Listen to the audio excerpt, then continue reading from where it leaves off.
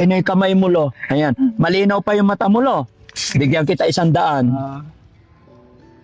Tignan mo, lo. Magkano yan?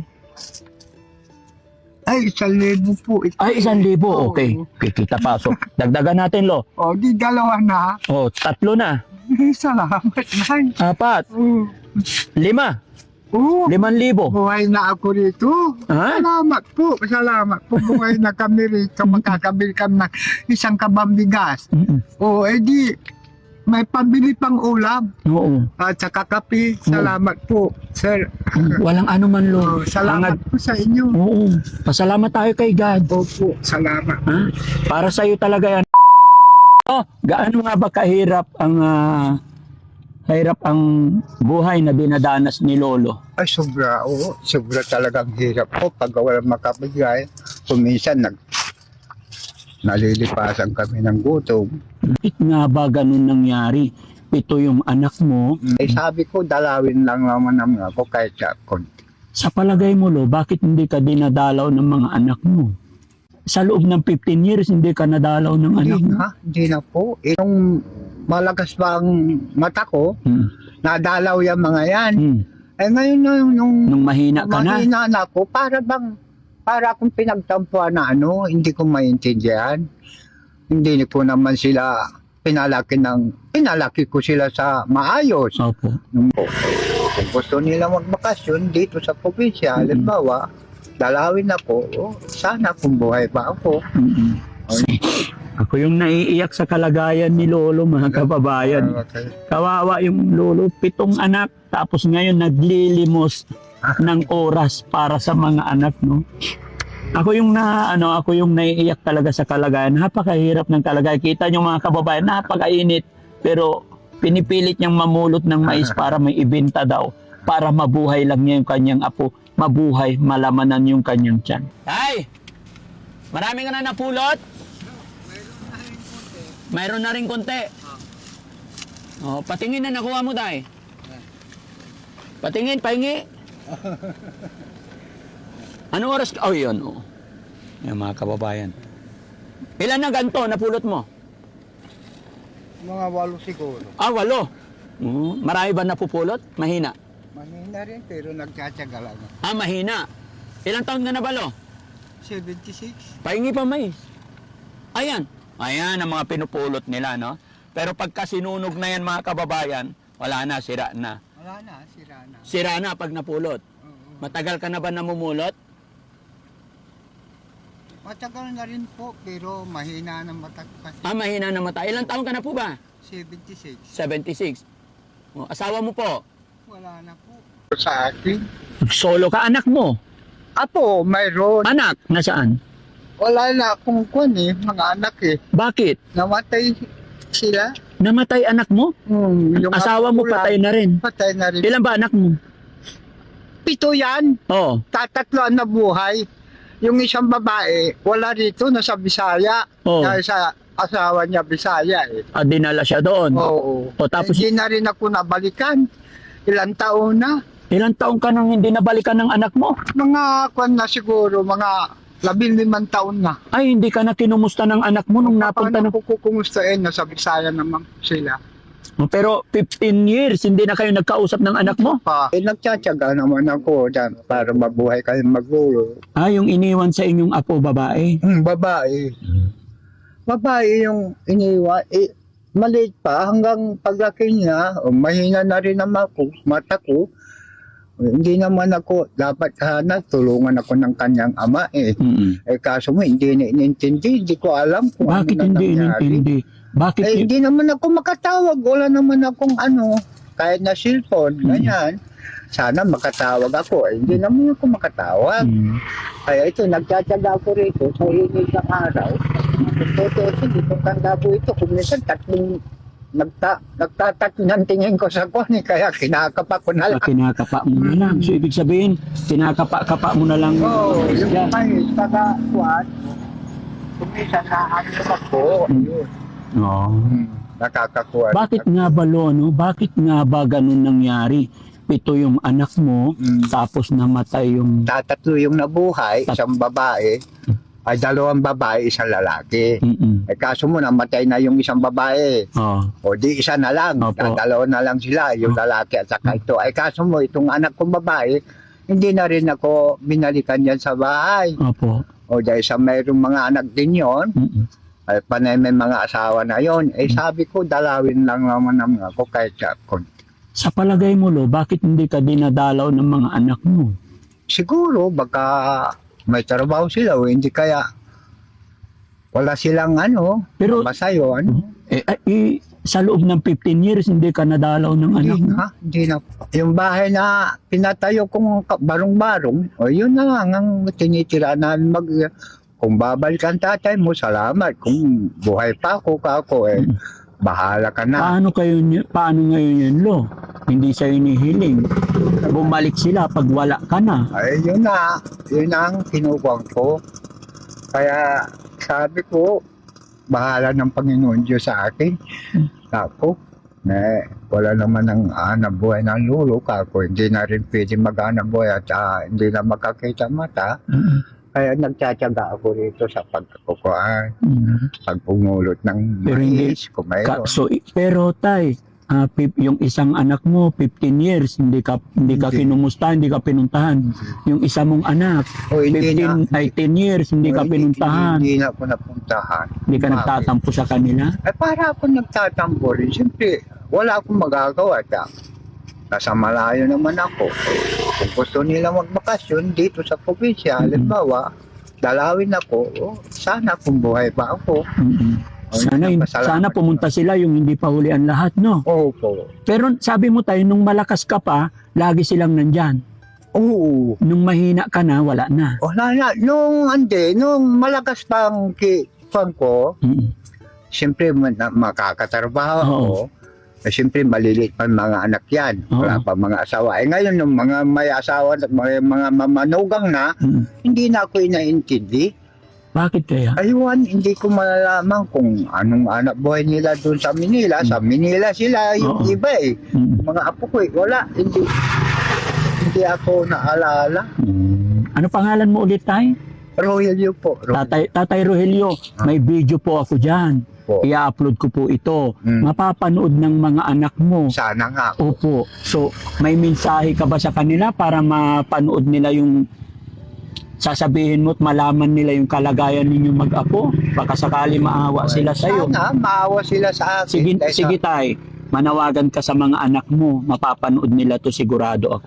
Sana dalawin nyo ako dito sa probinsya dahil sa yung apo ko ay nag-aaral saka mahina na rin ako, pati mata ko hindi na makakita yung isa. Sana puntaan niya lang ako rito para mabigyan man lang akong kunting pambili pagkain. Yun ang hinihingi ko sa mga anak ko. Kahit na pag nakita-kita kami, yun lang po ang aking panawagan sa mga anak ko. Kung hanggat may buhay pa ako, na sana dalawin man lang ako. Wala kawawa naman ako kung walang kamag-anak na ano. Anak ako. Mga anak ko, hindi ko naman sila pinalaki. Pinaaral ko naman sila. Hanggang ako ba, pinapaaral ko pa rin. Hindi man lang naawa sila sa akin. Nung malakas pa ako, buhay pa nanay nila. Nung patay na nanay nila, hindi na ako inintindi. Yun lang ang pag-iusap ko na. Gusto nilang makita pa ako buhay. Dalawin nila ako, punta nila ako rito sa probinsya. Masaya ka ba, Lo, pag nakita mo yung mga anak Oo, mo? masaya ako kahit naawala silang magkita-kita kami lang. Oo, basta makita lang yung mga anak. Masaya ako. Yun lang ang kuha ko. Kaya Naiyak si Lolo, mga kababayan. Kagustuhan niya makita yung kanyang mga anak. hindi na ako inintindi yung mga anak ko. Kaya yun. Nagtitiis lang ako rito, namumulot ng kung anong may binta din bawa. Yun lang ang pumamumuhay namin. Sige, Lo. Ipag-pray lang natin, Lo. Huwag ka mawalan ng pag-asa. Hindi tayo pababayaan ni God. Sa Randam po kita, Lo. Alam ko Salamat. yung nararamdaman mo. na naghahanap ng pamilya. Kahit alam natin na marami tayong anak, nangyayari talaga yan kung kailan na lumakit na palaki na natin yung mga anak natin, saka Opo. nawawala. Pero huwag tayo mawala ng pag-asa. Ang Panginoon kailanman hindi natutulog, no? Opo. Salamat tayo at nadaanan kita. Pwede bang mabanggit mo yung pangalan ng mga anak mo para alam nila na sila yung hinahanap O, natin? pwede. Sige po, tawagan mo sila, kausapin mo yung babae at lalaki, no? Sana, Rowena, ay dalawin mo ako rito sa probinsya, anak, at mahina ng pagtingin ko. Dalhin nyo na lang ako riyan sa inyo kung sakali. Ayaw kayong pumunta rito, padalaan nyo kami lang kahit na pambiling bigas. Kung ayaw nyo pumunta rito, may trabaho kayo, para nyo ng awa mga anak. Si Rostom, yung apo ko, malaki ko yun. Tinatas ko yun nung nasa trabaho pa ako. Oh. Wala naman, yun ang aking pag-asa lang. Yung apo ko na yun. Binibigyan ako yun. Hindi ako pinagtatrabaho. Sa ngayon, nandito ako sa probinsya, sa Nawala na yung apo mo na yun. nandun pa sa Manila. Ayun lang ang apo ko na sa Manila. Yung anak ng isa, lo, yung lalaki. Ayun, lalaki ang hindi ko Kausapin mo naintindihan rin, kung no? nasa kwan. Kausapin mo rin, lo, mapapanood niya to. Kaloy, makinig ka anak. Mahina na ang mata ko. Dalawin mo naman ako rito sa probinsya. Kawawa kami ng anak mo rito. Anak niya yung yung Yung babae kasama mo. na araw kasama ko. Sige, Sana nga, dalawin mo kami maglulo rito sa probinsya para makita mo kami kung anong kalagayan namin maglulo.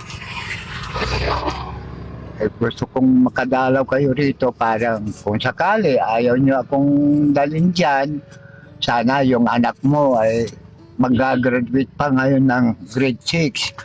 May babayaran, ay wala naman akong may bayad.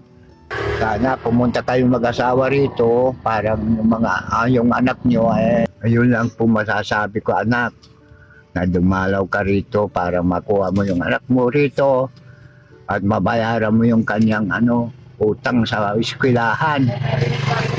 Wala akong may bayad anak at wala ako ng anak ko ay mahina ng mata ko. ako yung naiiyak sa kalagayan ni Lolo, mga kababayan. Kawawa yung Lolo, 7 anak, tapos ngayon naglilimos ng oras para sa mga anak, no?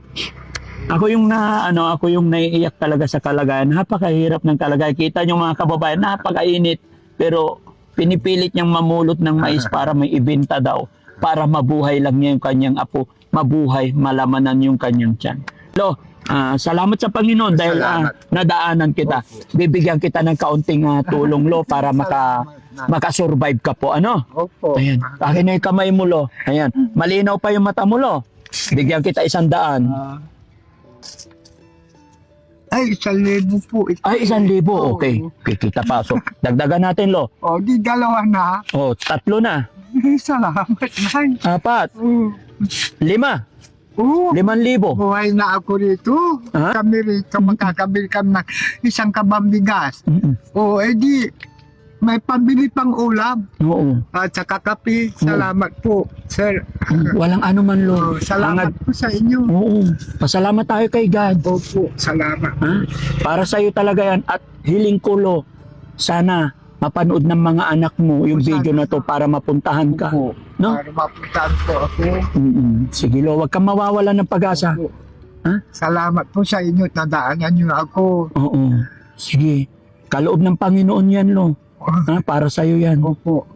Ako yung naawa lang sa iyo talaga, Lo. Talaga. Na sana makita ka ng mga anak mo. Mga kababayan, maglalambing po si Daddy Frankie.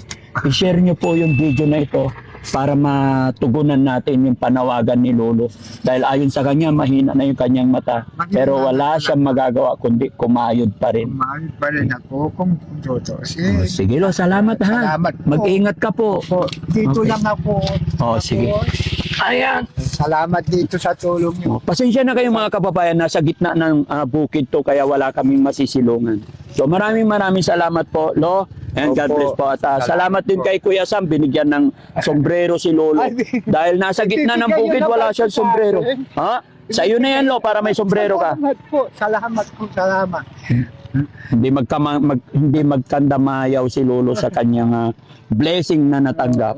Salamat po. Buhay kami lolo. Oh. Lo, umuwi ka na. Mm. May pera ka naman eh, baka mapano ka pa dito, ha? Oo. Oh, sige, Lo, bye-bye po. Maraming salamat. Salamat po. God bless Salamat po. sa inyo. Ayan, uwi na si Lolo mga kababayan. Maraming salamat po. Ayan, nakita ko yung ganyan din po yung ginagawa ko nung araw mga kababayan. God bless po.